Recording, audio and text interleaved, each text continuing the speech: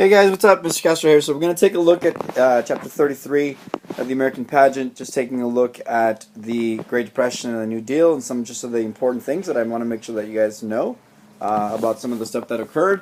So let's take a look. So obviously the Republicans nominated Herbert Hoover, and again we talked a little bit about why Hoover's not going to be a good candidate, right?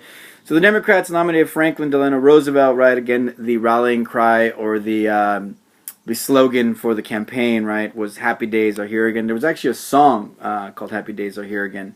If there's time in class tomorrow, I'll play it for you guys. FDR spanked Hoover, though, 472 votes to 59. One of the really key things about the election of 1932 is that the Democrats will switch their vote.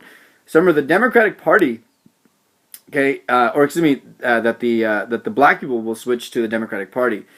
Sorry about that. So one of the things we have to remember, right, is that the Republican Party was the party that freed the slaves. The Republican Party was the party of the 13th, 14th, and 15th Amendment, right? We're talking about the party of Lincoln, the party of Thaddeus Stephenson. So again, just all of these people, right? But again, because of the Gilded Age, the Republican Party also became the party of corruption and became the party that supported big business. So one of the things that occurred as a result is black people felt like they were being left behind by the Republican Party. And so in 1932, because of FDR, the African Americans in this country switched their vote. And so what ended up happening was they ended up switching to the Democrats. And so as a result, historically, since 1932, African Americans have voted Democrat. So one of the big things, right, that we talked about with Roosevelt is, and we heard in his speech, is one of the big things he said in his speech, right, was that the only thing we have to fear is fear itself. So in class tomorrow, one of the things we'll do at the beginning is discuss this idea that the only thing we have to fear is fear itself. And basically what he's saying was that the big thing from keeping people sometimes from actually acting is fear, right? And so, there's a guy that you want to say hi to and you don't, right? So realistically, it's not the guy you're afraid of, right? It's the fear of the guy, right? There's a girl you want to talk to, right? It's not the girl that you're scared of. It's the fear of, right? There's really not a monster in your closet. It's just the thought of the monster in your closet, right? So Roosevelt's whole thing was like, look, yeah, we're screwed. The situation is really bad, and I'm going to be frank with you guys. But guess what? We either deal with it, we put on our big boy pants, our big girl pants, and we deal with it, or essentially we get screwed. And his whole thing was like, the only thing that's keeping us from actually acting and doing things better is fear, right? And so that's what he meant by that. He called on Congress to declare war on the Depression, right? So he says, you know what? Like, you need to give me the powers that you would have given me during a time of war, right? Which is like broad executive power. And that's one of the big things that he discusses, right, in his inaugural speech, is this idea that they need to give him more power. And he says that even if they don't, right, like, he's still going to try to do what he can to make sure that he has that power. So maybe it be through executive decisions. We see Obama kind of going through a little bit of this right now, where he's trying to make executive decisions overriding Congress. And that's one of the things that Roosevelt talked about in his speech. Another big thing is Roosevelt focused on what's called, in his first 100 days, which literally means the first 100 days in office. So from March, essentially through June, he focused on his 3 R's. And this is going to be through the entire New Deal, the idea of relief, recovery, and reform. So the way to think of it is relief means immediate, recovery means like intermediate, and reform means like long-term. And so the way to think about it is this way, right? If you fall down and you trip over a crack in the sidewalk, okay? One of the things... So sorry about that. There was a phone call. So again, one of the big things, right, is that, like I said, this idea of relief, recovery, and reform. So the way to think about it is this way, right? Like, there is a crack in the sidewalk and you're walking and you trip on the sidewalk and you fall, right? So the way to think of the first R, relief, right, is that immediately you want to make sure that you stop bleeding, right? So Roosevelt's big thing was, what are the things that we immediately need to fix, right? So relief, like immediately, whether it's like long term or not, that doesn't matter, but what are some of the things that need immediate help? Things like the banking crisis, right? The second thing is, once you relieve the bleeding, you need to figure out how to recover, right? So like maybe what you do is like you put on some bandages, right? Like maybe you can't actually exercise, you can't go for a walk for like a week. You need to recover. So his whole thing was like some of our programs are going to have to do some of the intermediate work, right? They may not be long-term, but they're short-term solutions to some of the problems. But then there's reform, right? So one of the things that you could do is figure out like you're walking, right? Like, are you doing a good job in terms of your walking, like to pay attention where you're going? And another thing too, right, is like in terms of your walking, like maybe one of the things that could happen, right, is the fixing of the sidewalk. So his whole thing was like long term, what can we do to fix a lot of these problems, right? So that's recovery, right? So again, that's the third R. So one of the very first things that he does is they pass the Emergency Banking Relief Act. Well, what did he do? He closed the banks, right? Why? Because the banks were a complete disaster. So they closed the banks, so declared a bank holiday, and he brought in federal auditors to kind of figure out what was wrong with the banks. And the way to kind of think about it is like, let's say that you lost your keys, right? Or you lost some money in your classroom. So one of the things that you could do, right, is that like you have somebody else come in and somebody will be like your mom, right? Somebody will come in and be like, oh, here they are. And you're like, wait a minute, like I was just looking there and I couldn't find them. But the reason you couldn't find them is because you were stressed out. And so that's kind of the same thing that's going to happen. One of the things that he did also to kind of calm the mood was he held fireside chats. So he continued to talk on the radio to the American people, in which he basically said, like, you can trust in the banks again, and so he made people feel a lot better. Again, sort of calming the fears of the American people. And then one of the things they did is they passed what was called the Glass-Steagall Banking Reform Act, and what it did is it created the Federal Deposit Insurance Corporation, which is still around today. At the time, what it did is, so this would be recovery, right? So long term. So one of the things that they did was it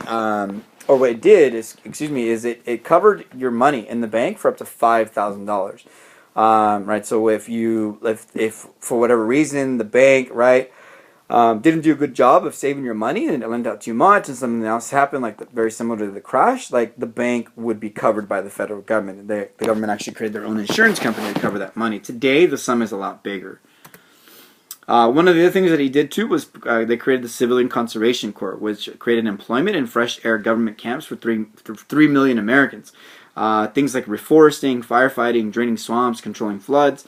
They also passed FERA, which was the Federal Emergency Relief Administration. It was headed by one of his top guys, a guy by the name of Harry L. Hopkins. What it did is it gave federal grants and loans to states to offer immediate relief. So today we have things like unemployment, right? And so that's one of the big things in terms of like Social Security.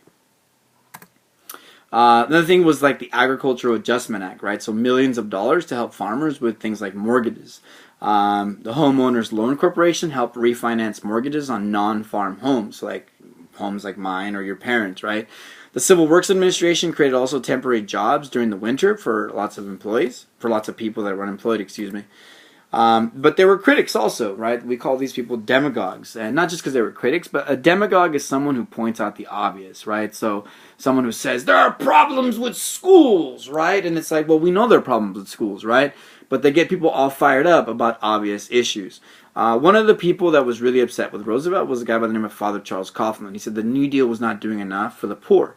Well, duh. It's not going to solve all of the problems, right? But it's an easy thing to point out. There was another guy by the name of Senator Huey Long of Louisiana who came up with a program called Share the Wealth. He said every man a king.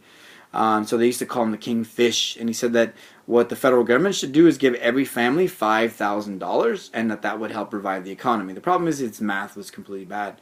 Then there was another guy by the name of Dr. Francis Townsend, and one of the big things with him was that the New Deal was not doing enough for the old people, right? And that's one of the things that we'll see with Social Security.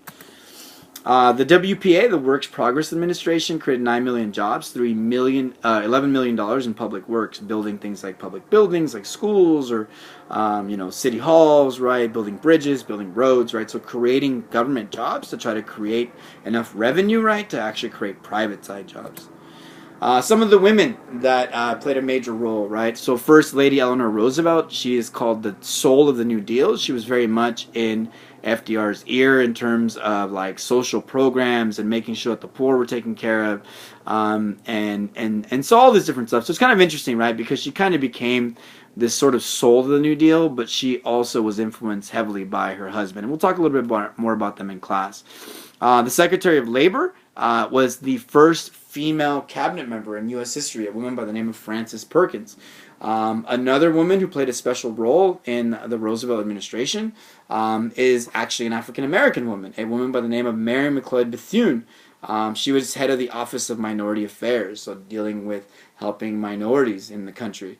And then FDL also helped promote women in science, which is a huge issue to this day.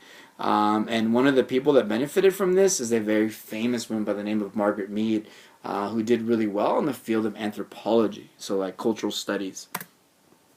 A very complicated, actually the most complicated program was the NRA, the National Recovery Administration. Not the NRA like the National Rifle Association, but the National Recovery Administration, excuse me.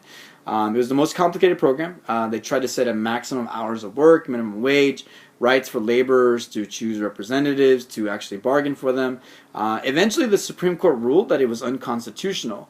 But it was kind of interesting. It was actually very popular with people, but the Supreme Court ruled that the federal government could not actually intervene in some of these things.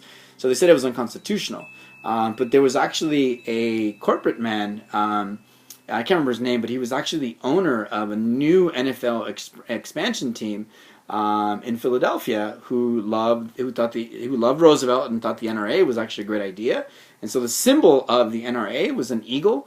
And so he actually named his expansion football team in Philadelphia the Philadelphia Eagles because of the NRA eagle. The 21st Amendment, so Prohibition was called a noble experiment, but obviously it had failed. So in 1933, the 21st Amendment was ratified. It repealed the 18th Amendment, and it actually raised revenue and created some jobs, right, by placing a $5 tax on every barrel of alcohol manufactured, but obviously also in terms of people working. So also, one of the things that occurred is they began to pay the farmers not to farm, right? Because again, they were producing way too much.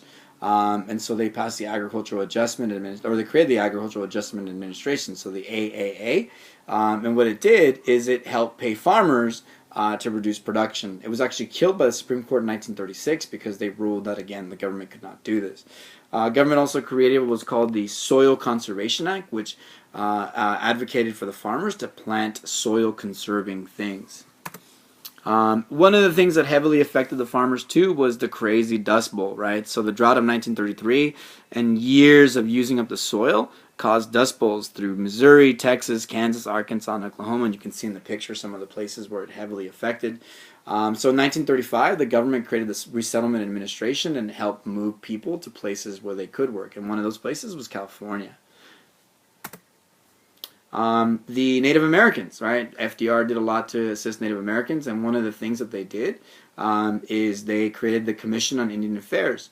And so they passed the Indian Reorganization Act of 1934, and in charge of the Committee on Indian Affairs, they put a man by the name of John Collier. And one of the things that they did is they did away with the Dawes Severity Act of 1887, and they gave the tribes, they granted them their tribal status again, and so repealing most of the assimilation issues that had occurred because of the Dawes Act.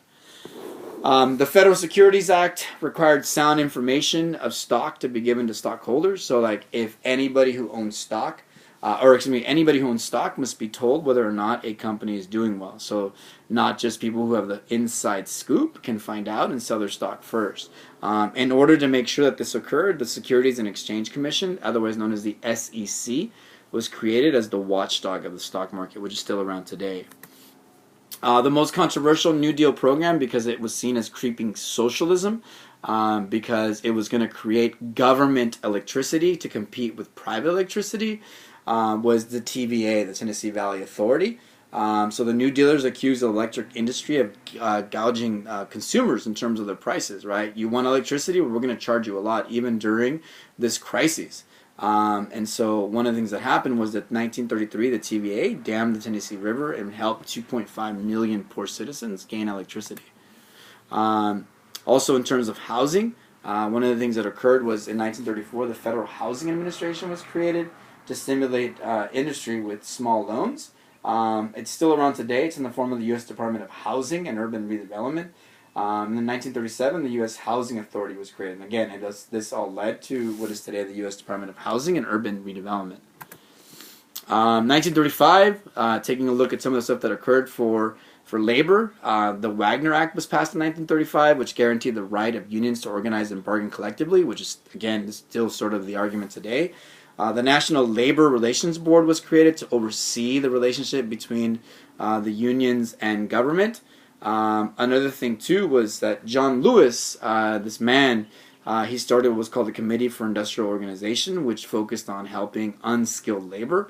And they later joined and then separated from the AFL, but today they are still a part of the AFL.